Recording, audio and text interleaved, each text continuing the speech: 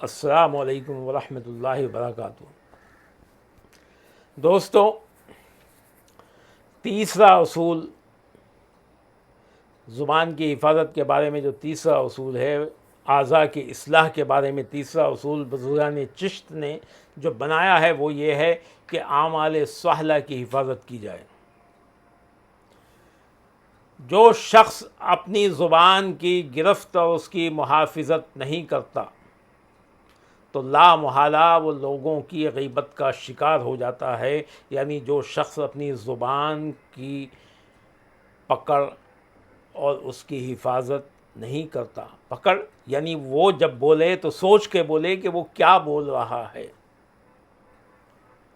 تو یہ اس کی پکڑ بھی ہے، اس کی حفاظت بھی ہے۔ بولنے سے پہلے سوچ لے کہ میں کہیں ایسی بات تو نہیں کہہ رہا ہوں کہ جو غلط ہو جائے، جو کسی کی غیبت ہو اور میں غیبت کا کرنے کا والا بن جاؤں یا میں غیبت کا شکار ہو جاؤں۔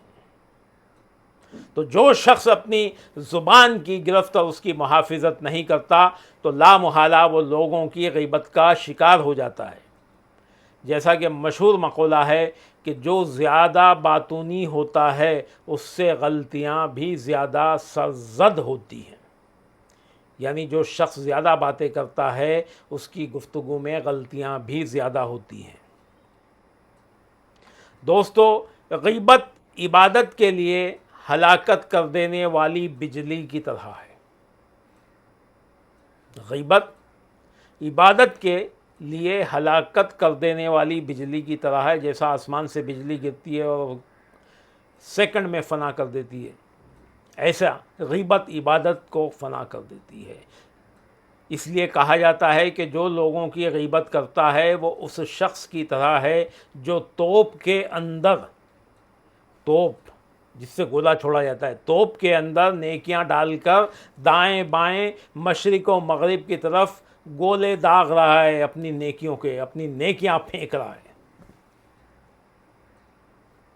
کیونکہ تو ضائع ہو رہی عبادت، اس کے جو اجر و ثواب عبادت کا وہ ضائع ہو رہے ہیں، گناہ بڑھتے جا رہے ہیں غیبت کرنے سے۔ وجہ اس کی کہ بات کرنے کے لیے تم کو موضوع کیا چاہیے۔ یہ دنیا دار لوگ دین کی بات تو سنیں گے نہیں، اصلاح کی بات تو سنیں گے نہیں۔ ان کے سامنے اگر اصلاح کی ترغیب دی جائے، اصلاح کرنے کی باتیں کی جائیں، وعظ و نصیحت کی جائے تو یہ لوگ نہیں سنیں گے۔ ان کو مزہ آئے گا کہ تم کسی کی برائی کرو، چاہے وہ سچی ہو، جھوٹی ہو، کچھ بھی ہو، غیبت کرو، جو کرنا کرو، تو ان کو مزہ آئے گا۔ اب جب تم یہ سب چیزیں کرو گے تو گناہ گار ہو جاؤ گے، تو گناہ گار ہوگے تو اپنی نیکیاں ان کے سامنے پھینک رہے ہو نا۔ ان کو تو مزہ آ رہا ہے، وہ تو سن رہے ہیں، لیکن تمہاری نیکیاں تو ضائع ہو رہی ہیں۔ ہمارے چشتی سلسلے کے پہلے بزرگ اور امام حضرت مولائے کائنات حضرت مولا علی مشکل کشا علیہ السلام کے خلیفہ حضرت خواجہ حسن بصری رضی اللہ عنہ کے بارے میں ایک روایت ہے کہ انہیں بتایا گیا کہ اے ابو سعید، آپ کی کنیت تھی ابو سعید، کہ اے ابو سعید فلاں شخص نے آپ کی غیبت کی ہے۔ خواجہ حسن بصری کو بتایا گیا کہ اے ابو سعید فلاں شخص نے آپ کی غیبت کی ہے، تو آپ رضی اللہ عنہ نے کھجوروں کا ایک تھال اسے بھیج دیا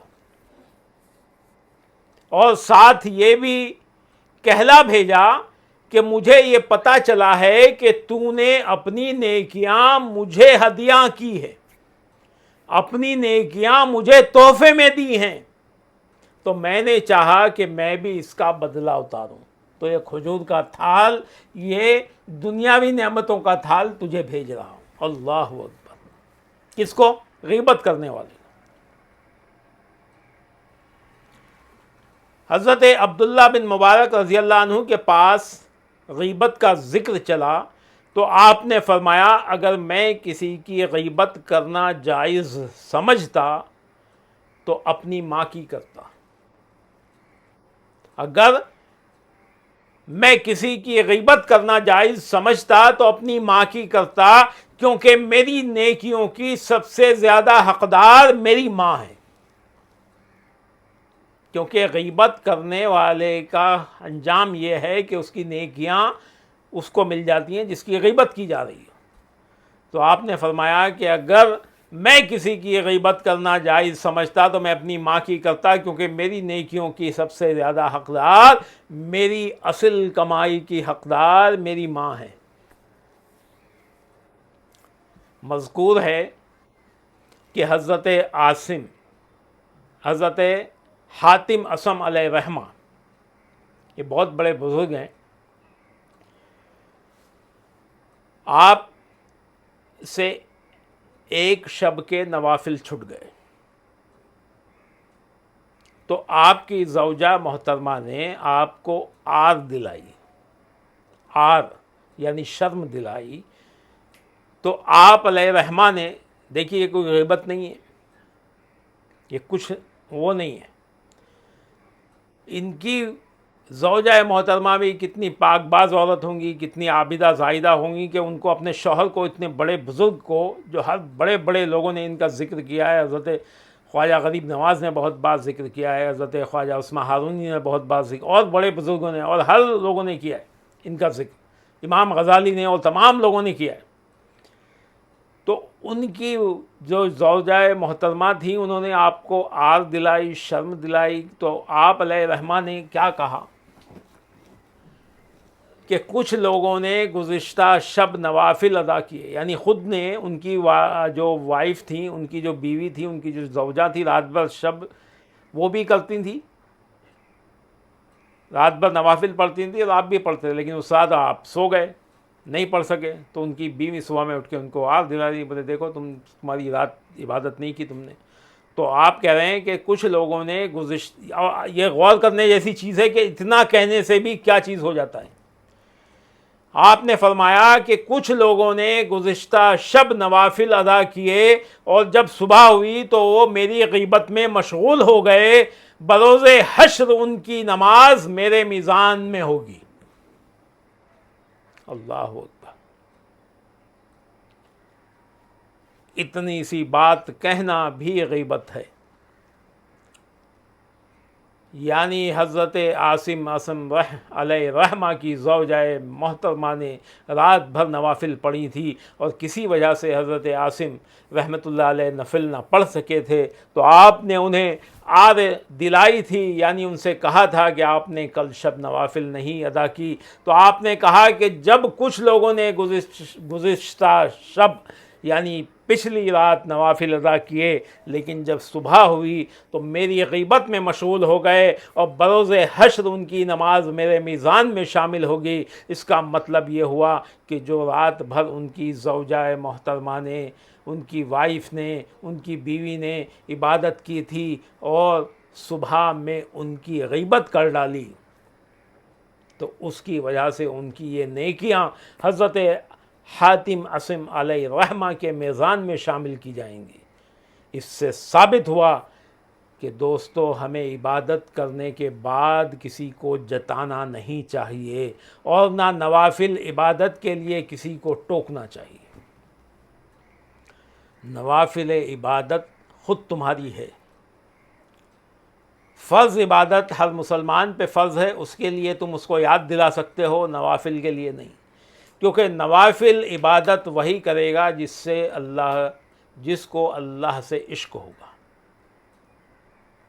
یہ تمہارے اوپر جو فرض عائد کیا گیا وہ نہیں ہے، چاہے وہ نوافل ہو، نماز نوافل ہو، تلاوت قرآن ہو، یا نوافل روزے ہوں، یا ذکر و تسبیح ہو، یہ سب نوافل عبادت میں آتا ہے۔ تو نوافل عبادت تو قرب حق کے لیے ہے، قرب الہی پانے کے لیے ہے، یہ کسی کو جتانے کے لیے نہیں ہے۔ تو نہ نوافل عبادت کے لیے کسی کو ٹوکنا چاہیے اور نہ اپنی عبادتوں کو کسی کو جتانا چاہیے کہ میں تو رات بھر عبادت کرتا رہا اور تم پڑے سوتے رہے، نہیں تو ہماری عبادتیں اس کے کھاتے میں چلی جائیں گی، اس کے اعمال نامے میں چلی جائیں گی۔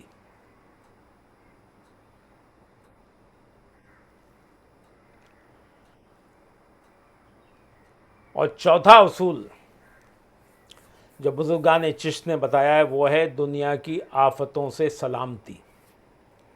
اگر تم نے زبان کی حفاظت کی، اعضائے اصلاح کی یعنی بدن کے حصوں کی اصلاح کی تو اس میں زبان بھی آتی ہے، اس کی اصلاح کی تو تم دنیا کی آفتوں سے سلامتی میں رہو گے۔ چوتھا اصول کیا ہے دوستو؟ زبان کی محافظت دنیاوی آفتوں سے بچائے رکھتی ہے۔ زبان کی محافظت یعنی زبان کی اگر تم حفاظت کرو گے تو دنیاوی آفتوں سے بچے رہو گے۔ حضرت سفیان ثوری رحمۃ اللہ علیہ فرماتے ہیں کہ اپنی زبان سے کوئی ایسی بات نہ نکالو جو لوگوں کو تمہارے دانت توڑنے پر آمادہ کر دے۔ اپنی زبان سے کوئی ایسی بات نہ نکالو جو لوگوں کو تمہارے دانت توڑنے پر آمادہ کر دے۔ ایک اور بزرگ کا کہنا ہے کہ اپنی زبان کو اتنا دراز نہ کرو کہ تمہارے اس عمل سے فساد پیدا ہو جائے، اور وہ فرماتے ہیں کہ اپنی زبان کی حفاظت کرو، بلا وجہ گفتگو نہ کرو، آزمائش میں مبتلا ہو جاؤ گے، کیونکہ بلا وجہ گفتگو سے بندہ آفتوں کے سپرد کر دیا جاتا ہے، آفتوں کے سپرد ہو جاتا ہے۔ حضرت عبداللہ بن مبارک رضی اللہ عنہ فرماتے ہیں کہ خبردار اپنی زبان کی حفاظت کر، کیونکہ زبان بہت جلد انسان کو قتل ہونے کی طرف لے جاتی ہے۔ بے شک زبان دل کی دلیل ہے۔ گفتگو کرنے والے انسان کی عقل پر دلالت کرتی ہے، یعنی زبان کھولتے ہی معلوم پڑ جاتا ہے کہ یہ کتنا بڑا عاقل ہے، کتنا بڑا دماغ رکھتا ہے، کتنا یہ پڑھا لکھا ہے یا جاہل ہے۔ انسان کی زبان گھات میں چھپے ہوئے شیر کی طرح ہے، جب اسے موقع ملتا ہے وہ حملہ آور ہو جاتی ہے۔ گھات میں چھپے ہوئے کسے کہتے ہیں؟ جب شکار کے لیے شیر چھپ جاتا ہے اور انتظار کرتا ہے کہ کب شکار اس کے سامنے سے نکلے گا اور اس پہ حملہ کر دیتا، تو زبان ہمیشہ اسی طرح رہتی ہے کہ جیسے موقع ملے اور وہ فضول بکنا چالو کر دے، کیونکہ نفس کو اس کے فضول بکنے پر ہی مزہ آتا ہے۔ اچھی باتیں سننے، بولنے اور ذکر کرنے پہ نفس کو مزہ نہیں آتا۔ فضول باتوں سے خاموشی کی لگام دے کر زبان کو بچا لے، تیرے لیے بہت سی آفتوں کو چھپا لے گی۔ اور بہت سے کلمات گفتگو کرنے والے سے کہتے ہیں، غور سے سنیے، بہت سے کلمات گفتگو کرنے والے سے کہتے ہیں کہ تم ہمیں چھوڑ دو، اپنی زبان سے ہمیں ادا نہ کرو۔ کتنی مرتبہ آپ لوگوں کو لگتا ہے کہ یہ بات ہم کو کہنی چاہیے یا نہیں کہنی چاہیے، لیکن نفس کے مزے میں، دل کے مزے میں ہم پھر بھی وہ بات کہہ جاتے ہیں، حالانکہ ہمارا جو ضمیر ہے وہ ہمیں اس کے لیے روکتا ہے۔ وہ دراصل ضمیر نہیں روکتا، وہ خود وہ کلمات روکتے ہیں کہ یہ ادا مت کرو، اس سے نقصان ہو جائے گا۔ یہ ہر ایک شخص نے آزمایا ہوگا۔ بہت سے کلمات گفتگو کرنے والے سے کہتے ہیں، یعنی بات کرنے والے سے کہتے ہیں کہ تم ہمیں چھوڑ دو، ان کو ادا مت کرو، ہاں اپنی زبان سے ادا مت کرو۔ اس لیے سالک کو اپنی زبان کی بہت ہی حفاظت کرنی چاہیے اور فضول گفتگو سے ہمیشہ احتراز کرنا چاہیے۔ ہمیں اللہ تعالیٰ کی بارگاہ میں دعا کرنی چاہیے کہ اللہ اس کی رحمت کے صدقے ہمیں حفاظت زبان کی توفیق عطا فرمائے۔